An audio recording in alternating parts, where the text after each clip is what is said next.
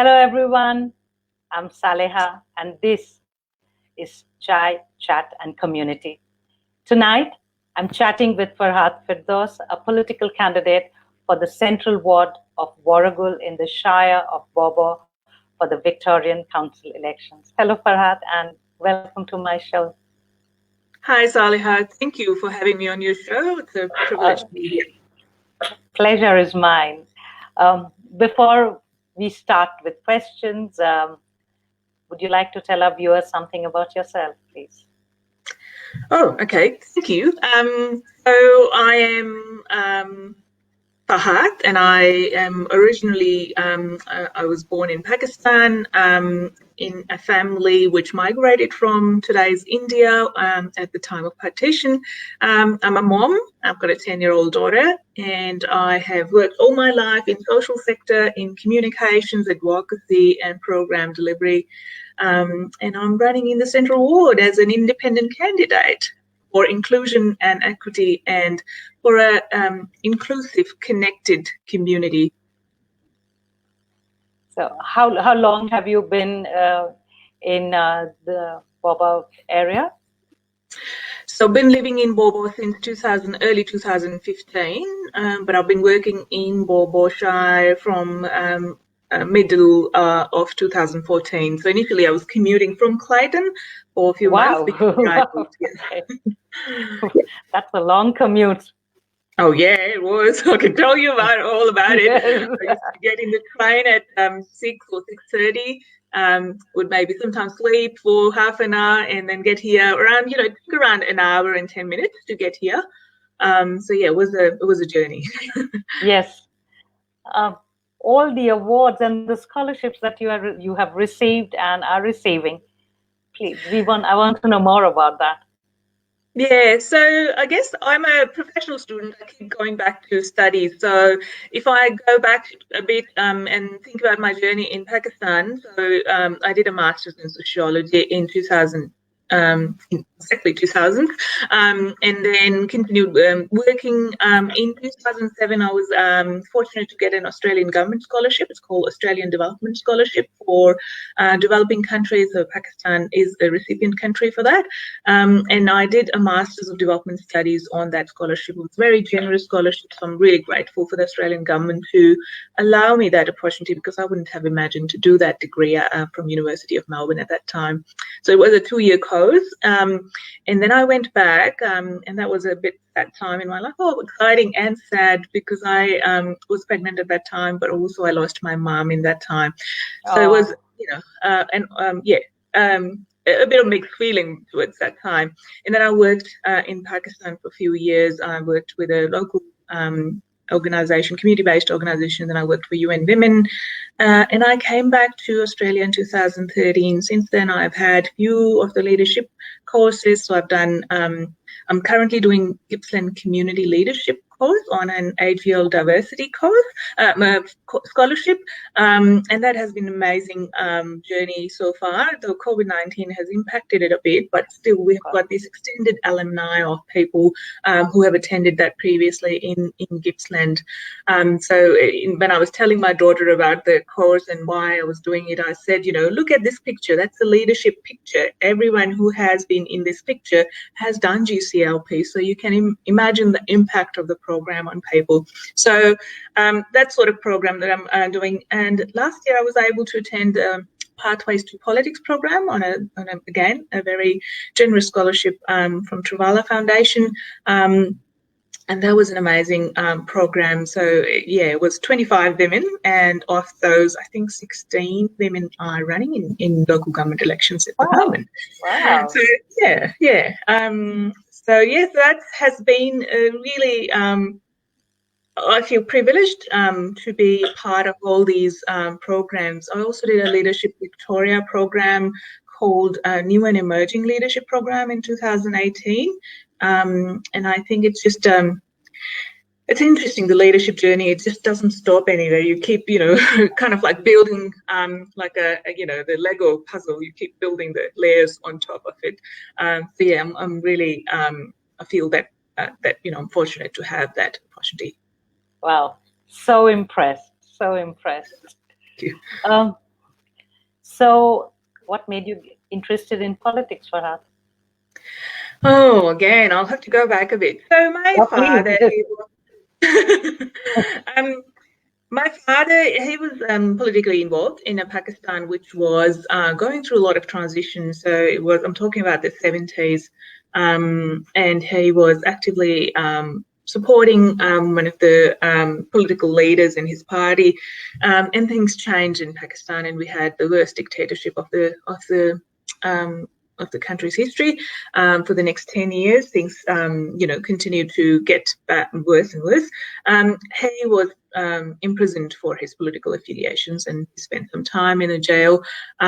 He lost his employment, so he was suspended from his job on a I guess they were hoping that he would come to the negotiation table and would, leave his political affiliations. He didn't. So he stood up his ground. And I think that has really inspired some of the things that I am hoping to do. I had a bit of aversion to it initially. But I guess living in Pakistan, that was a reaction to what we saw. So I was, raised in an environment which was totally dictated by what, the regime wanted and how they wanted us to live our lives. So I didn't engage in politics in Pakistan as much as I am engaging now. But here I see an opportunity to have a voice and be out there and share what I think and what I believe in. So I think that has been a shift in my understanding of, what my role is as an active citizenship. And that's what has really made me come out of my shell, if I would call it that, and say, yeah, I'll be there and as a public figure, but also try and help people whose voices are not heard to have a voice, to be able to express what they need and to be able to get what they need. I was also influenced by Mum's journey because my mum was a lady health worker or visitor, they call it in Pakistan. It's like a midwife role. So she would go and deliver babies at home for people, and she did that work through a small industry. It was a cement factory, and she was employed by the cement factory. Wow, so she would serve the whole workforce. Yeah. So there was a small hospital within the cement factory, and she served the whole labour there. So she engaged with the labour class. So there were around 600 people on one shift. You can imagine the amount of people that she was engaged with. She delivered thousands of babies in that time. She served, the factory for around 30 years. And she worked with anyone and everyone. She would go, she would walk to the client houses. She would ride a bike or put her stuff on the bike and walk with them. She would ride on a donkey cart if the clients brought that as a ride. So she would go on that, and she never discriminated. So I think I've got a really strong social sense of social justice from her. That we all deserve equal treatment. Absolutely, and respect. Yeah. And be served when we need the services, either be health, education, and, social support, whatever it is. So, yeah, I think that both have influenced in their own ways. I was a rebel all my life, so I always kind of did things out of the way. I learned dance in my early days when I was attending university in Pakistan. It wasn't very usual thing to do. So I learned Kathak for 4 years. And I performed, and I, went with my guru, and I appreciate her support all the way through, because she has given me a lot of confidence to face the world and be on the public stage and express myself through various ways. So yeah, that's me.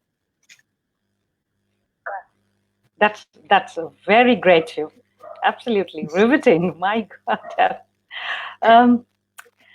So you believe in equitable and sustainable growth for development of your beautiful town, and you would like to approach the future years with collective well-being as a guiding principle. What do you propose to do if you're elected? Yeah, so that I considered very carefully why I put that statement out there, because I think when I came as a student, I got the chance of coming to Gippsland to do a vacation course, a mental health vacation course. So they took us to different services locally and introduced us to the opportunities and all of that.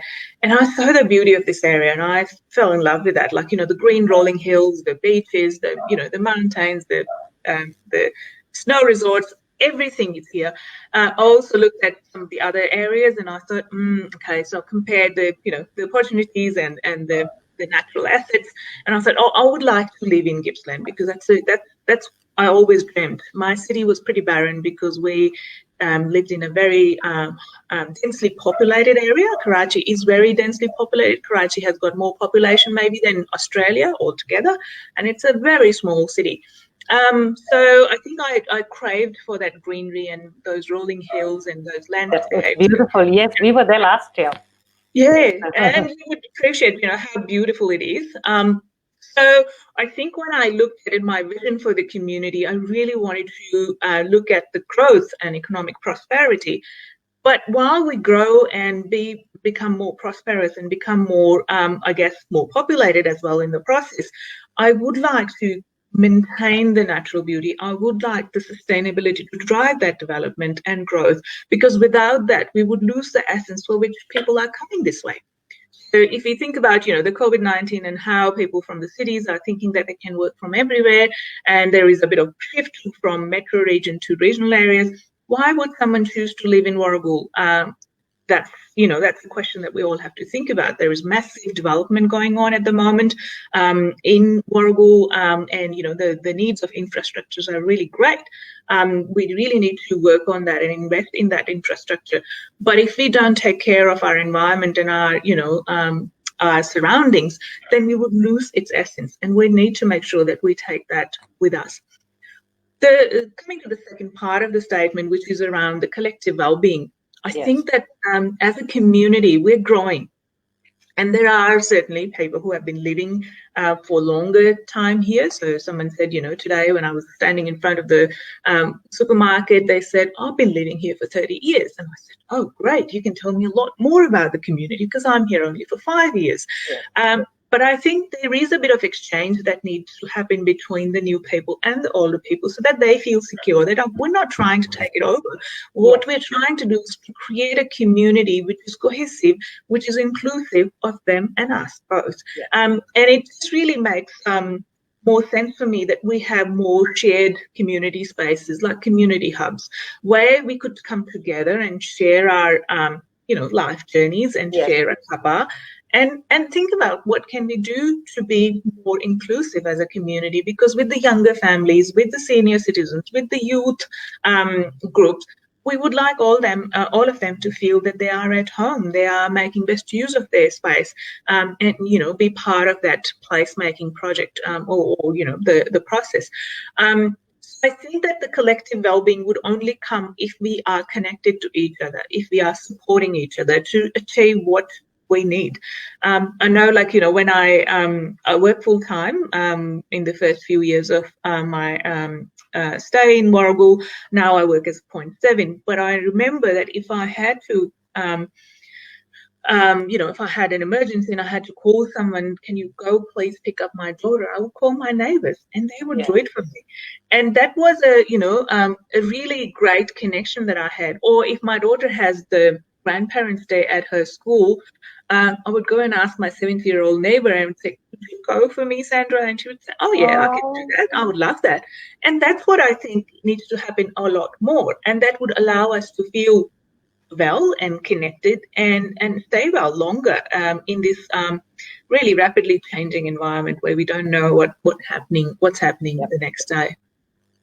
Thank you. What does social inclusion mean to you? Oh, that's so I do work. I used to work in mental health previously, and in that work, I certainly see a lot of people who were pretty isolated, who wouldn't have any family members with them to support them, to have the capacity to make friends and keep them as friends for a longer time, given their situations and some of the choices that they would make. And I think that I felt that there is a group of people, there's a class of people that gets neglected in all sorts of activities. Like these people wouldn't make it to the local arts centre, these people wouldn't make it to the local community house because they the hardest critique on themselves. They're thinking that they're not doing the right thing. You know, we can put all the judgment on them, but I think they're the hardest critique on themselves. And I think for them, and I see the results of the isolation for them, because their conditions wouldn't improve, despite the fact that we might put a lot of support for them, around them, but they wouldn't get out of that vicious cycle. And I thought, you know, there are several reasons of that. You know, it could be post-traumatic stress disorder, it could be not having anyone to, or it could be, you know, not having something to look up to or look forward to. But one of them is that they're not connected as well. They're excluded from the community. They are living in their own sort of small world. They're not making connections outside, and the outside world is not making connection to them, except maybe some of the workers. So I think I felt that there was a great need for that inclusion to happen to them. But also as a migrant myself, initially I felt very isolated. And as I said, I worked full time. So I didn't have the chance or opportunity to go and pick my daughter from the school and engage with the school moms. And I really felt that I don't know how to make friends in this new world. So for me, the inclusion would mean that we allow for those different and diverse needs for people who have those needs, to allow them to, you know, connect with other people maybe who are facing the similar things or facing other issues but have got similar needs, so they could connect beyond those those divides, I guess, as I'm trying to refer to.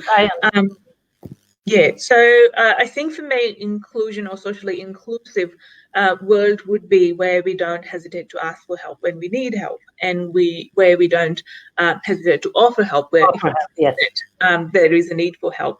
And I know that it becomes quite tricky, and I sometimes have a bit of issue going with my worker identity, with my neighbor's identity. And I think, oh, do I go as a worker or do I go as a neighbor? What do I offer? And I just feel divided between the two. But and then I tell myself, okay, I'll just do what I think is right. So if I hear someone crying in their home, I would go, maybe not at, you know, not at the worst time, but I'd just go and knock, and I'll say, you know, is there anything that I could do? I heard you. And, you know, I see you as well. So I think that statement that I hear you and I see you is really important to have the social inclusion, because when people feel that they're seen and heard, then they feel that they're part of something, and they might have better chances of getting back to their lives and you know, being members of the community. Yes, I'm talking about. Sorry, no. Yes, it does. In fact, that's exactly what I was thinking. You know, with the new normal that is now happening, and with more people working from home, and you know, real estate being so expensive in Melbourne, people are moving to the country. Yes. And that's where social inclusion also comes. So the younger generation, they may not have the need to live in Melbourne or the big cities, but move to much affordable housing in country Victoria. And you know, and your program, you know, your entire idea of social inclusion will be so beneficial for them. I know my daughter, yes, my daughter couldn't afford to buy a house where I live. But yes, she grew up here. So she has a good job.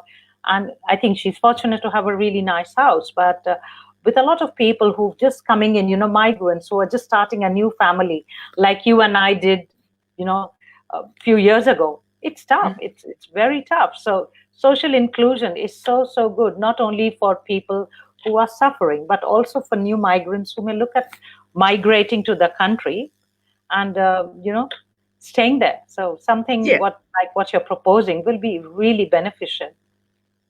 I hope so, that we could continue working on that. And I know the council here has been looking actively at the community hub strategy. They are working towards establishing few in the Shire. I just think that we need to really push for it, because that would allow us to feel more connected as a community and come together and be able to identify what will work for us. Because I think no one knows all the answers. I think we need to be able to sit in our communities and work out those answers and those solutions that would be required for our communities to be healthy and to be vibrant and to be, you know, sustainable. Yes, absolutely. Thank you. How will you invest in mental health and well-being? This is just what you would love to talk about, isn't it? Oh, yeah. Mental health has been my passion for a long time. I'm a young carer, so I've got family members who I've cared for all my life, as long as I remember. And in that process, I think that has defined my choices, that has defined my decisions, and has defined me as a personality and the way that I see the world and the way I can hear and see people. I've got this great capacity to attentively listen to people, and it's built because I had to learn it pretty early that what's happening around me. I guess if I look at the journey in Pakistan with the family members, I know it's not the best environment. We don't have the services to help people feel better about their lives, to help people recover from their mental health issues, which is quite different in Australia. Like, at times I find myself reflecting that, I'm doing it for people, my clients, and I'm doing it with wholehearted commitment to that. But who would be doing it for my family members? No one, because we don't have that support system. So I guess I am really really appreciative of what we have here. There are certainly systems gaps. We need to improve on that. We need to work on that. There's no perfect system, but I think having a base and having a foundation really makes it worth improving, worth working towards something more functional and more productive. October is the month of mental health awareness. I have just signed up with my organization for the 10,000 steps challenge. So I'll be walking every day, and that would help my fitness and my mental health as well, because I think that's a work in progress for all of us. Because I think mental health is, we can have, people might think that, once you have mental health, you may never recover, or this is for all That's your not life. true. Yes. No, because you could have phases, you could have episodes. So I know a lot of women go through mental health issues after they have delivered their first baby, or the second baby or third baby, because the postnatal depression. Oh, yes. Some women might go through because after the the menopause. So there are major transitions of their lives after which you can feel that the life is not worth living, or this is the lowest point in your life, and you might get into that state which is not healthy. And I guess I really like the help-seeking behaviour here. People certainly have got a lot more choices to ask for help. I think we need to, as South Asian community, we need to work on our help-seeking behaviour and get out there. When we feel down, just ask a friend to talk it through. If not a friend, maybe a professional counsellor or a therapist, whoever it is, because I think that could help us to feel better about it, have strategies in place to be able to work through some of the difficult times, because anyone can face them and everyone can face them. So as they say, COVID-19 doesn't discriminate. I think the mental health doesn't discriminate too. It can happen to anyone. So I guess my aim through that, that how do we invest in mental health? I think I believe in prevention more than the cure. Cure is important when we get to that stage, but I think if we could invest more in the wellness programs, in arts and creative world, people would feel meaning. People would find meaning in things that they would like to do. So I know there's a lot of interest in our local council around engaging in arts. And there are some really great programs that are going on. I know there's a local artist who does this, who's doing this series called Melting Pot, which is a Vic Health grant, and Baw Baw Shire has been able to get that grant to deliver a program for people to connect while they're doing art, and maybe come up with a product in the end, or some sort of art display and exhibition. But it's the process for me which is important, because that would allow people to make friends without knowing too much about art, but in the process they'll discover arts as well. So I think it is linked with my idea about the community hubs, or the advocacy around the community hubs, is because if we have those community hubs, then we would have spaces where we could do that. And it could be a library, it doesn't have to be a separate space. I've seen the libraries have evolved over time, and they have done some brilliant work in other areas, especially in metro region. So it could be a library space where we would run some of these programs that could allow people to engage and work through some of the issues before they become an issue, sort of thing. Of course, Because I think isolation is one of the biggest cause of that feeling not not quite right about your life, if you would like to say that. Yeah, it's Yeah. about not quite right. So yeah, that connection would allow people to feel a bit, appropriate about their lives as well. And asking for help, talking to someone. We never ask for help. It's still such a taboo. We just don't want to talk about it. We just sweep it under the carpet. So.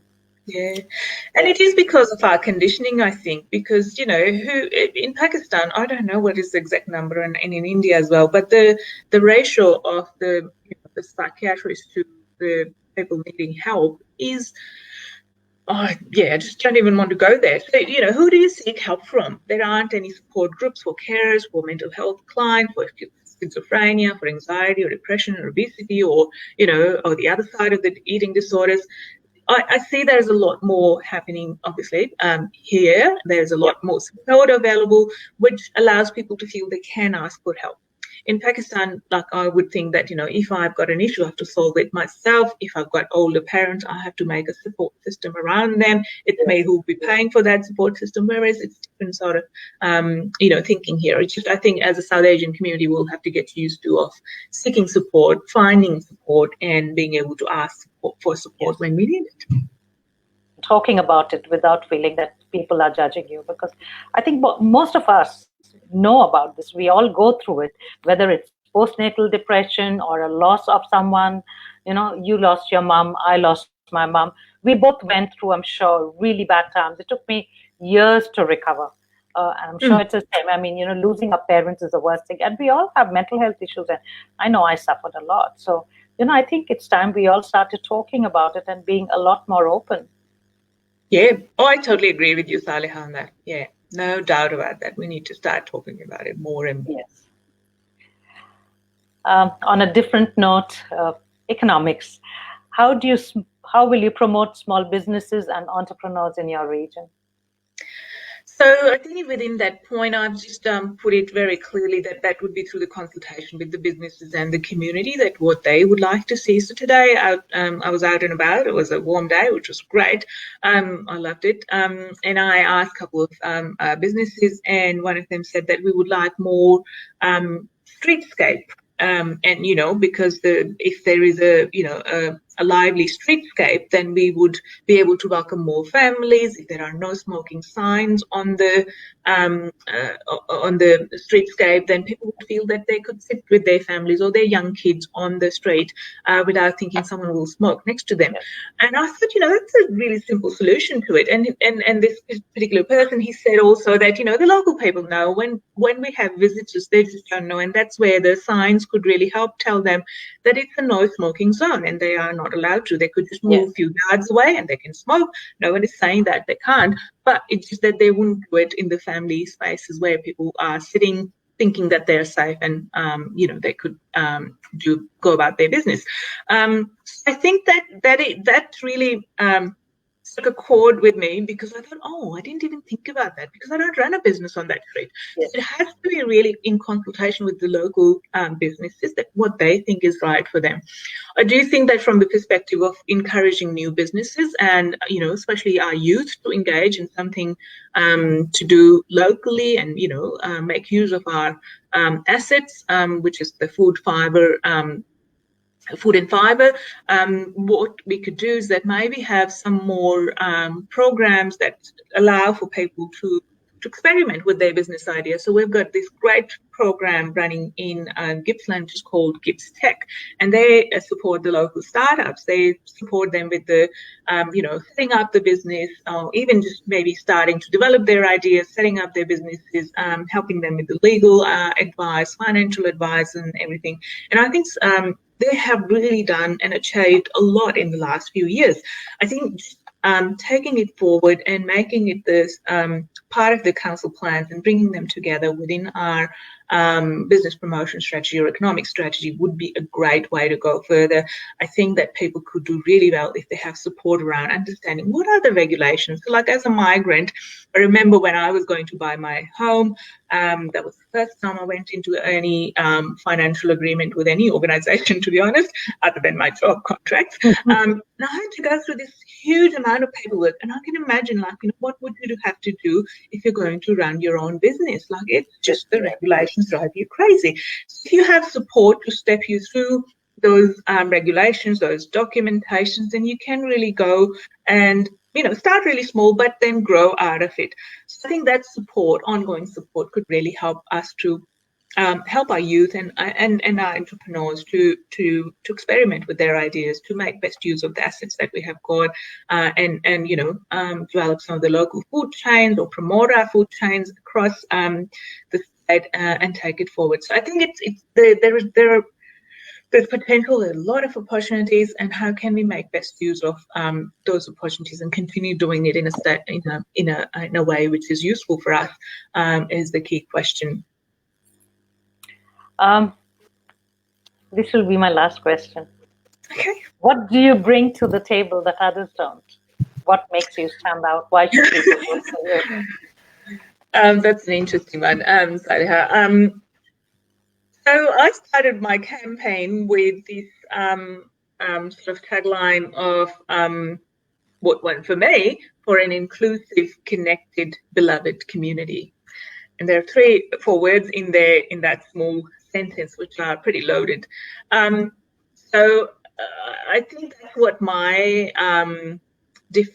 point of difference is as well. So I know that a lot of councillors or candidates who would come, they would say they would talk about what the councils do, and that's the 3 R's: the roads, rubbish, and the rates. Yeah. And I don't have any disagreement on that. I think that's our basic, any council's basic functions, because that's what ratepayers are paying for. But they're not only the functions that we are supposed to work on. I think that councils all go beyond that. So we need to do that. That's the standard across the board.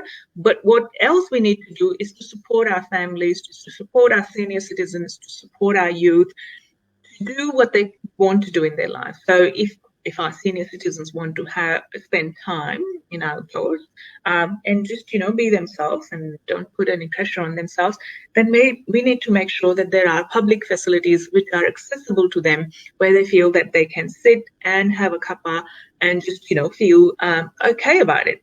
And if our youth wants to engage in music or arts or a business opportunity, then we could support them to do that as well. So I think it's the role of the council for me is an enabler's role. So if we could enable our people and our ratepayers and our constituents to do what they would like to do, then we are doing whatever we can in our power to help them. I hope I've answered your question, but I don't see that our role is... I like the enabler part of it. It's I was trying to look for something so that I can write it. That's how I would describe you, an enabler. And here is a message for you. Thank you, Nilthara. I'm hoping I'm pronouncing your name right. Yes, thanks for that. Wishing me good luck. Thank you. So, Farhat, thank you so much for joining me tonight. It has been an amazing experience. As I said before the show, I'm just so honored to have met all of you. You people are doing an amazing job. So really, all the best. And I think you're doing an amazing job, Saliha, to bring us on this platform, because I think in a year's time we'll be looking back and thinking, I don't even remember what I did. So I would be looking at this video and thinking, wow, thank you, Saliha, for recording us. Because otherwise we would have forgotten all about it. Yes, so you'll have this following you. But thank you so much, and best of luck. And I'm sure you let me know what happens to the results, and I'll be following you anyway. Yes, I will certainly let you know about that, Saliha. And thank you, and namaste to your listeners, and Assalamu alaikum to the other part of the South Asian community and everyone else. Bye. Bye. Thank you for being with us. I'll see you soon. Bye.